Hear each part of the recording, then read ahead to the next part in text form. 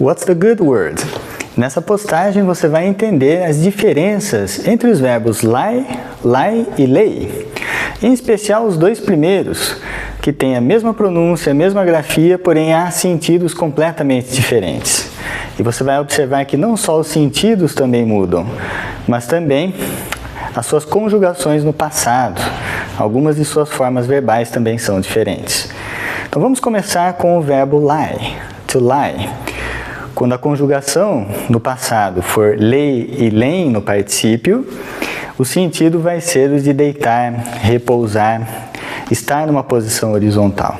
Então esse vai ser o sentido do verbo lie. Veja dois exemplos em frases. I can't wait to get home and lie. I can't wait to get home and lie.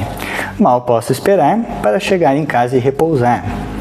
E um segundo exemplo com o verbo lie nesse sentido é He needs to lie down and rest. He needs to lie down and rest. Ele precisa deitar e descansar.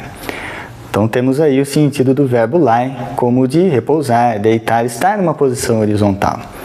Veja agora um outro sentido completamente diferente que o verbo lie pode assumir. Só que daí a conjugação dele no passado é de forma regular, lied e lied, no simples e particípio, formas do passado simples e particípio. Aí já significa mentir ou dizer falsidade.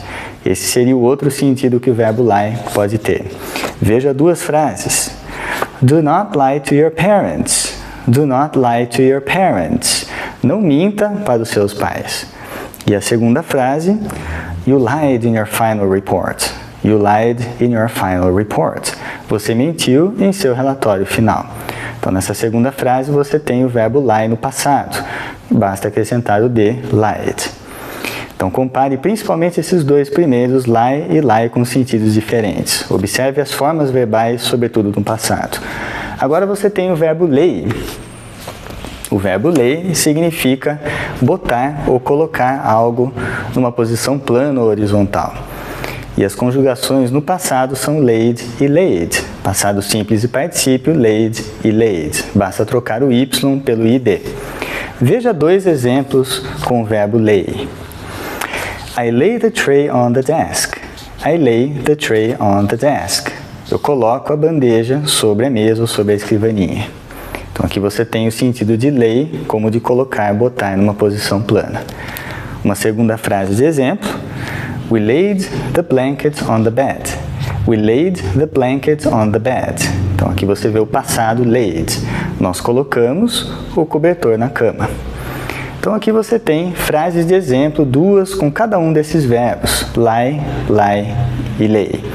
E observe em especial as diferenças entre o verbo lie e o verbo lie também, com sentidos completamente diferentes. See you soon, Professor Bruno.